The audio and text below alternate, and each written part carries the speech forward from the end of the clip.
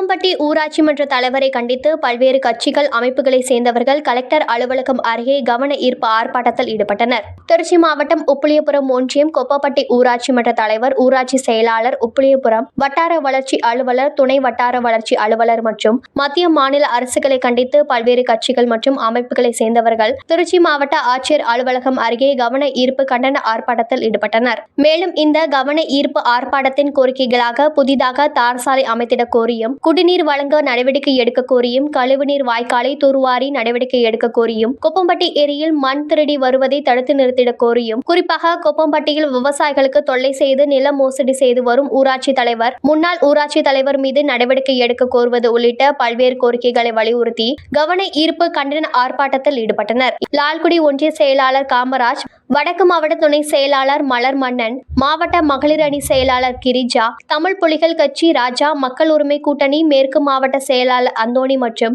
கணபதி, செந்தில்குமார், சண்முக, மணிகண்டன், ஒன்றிய செயலாளர் டேனிவேல் உள்ளிட்ட பலர் கலந்து கொண்டு கண்டன கோஷங்கள் எழுப்பினர். இந்த கவன ஈர்ப்பு ஆர்ப்பாட்டத்திற்கு சாமானிய மக்கள் நலக்கட்சி மாவட்ட செயலாளர் காசிம் தலைமை தாங்கினார். தகவலை நமது செய்தியாளர் ஜூட் திருச்சியிலிருந்து தெரிவித்துள்ளார்.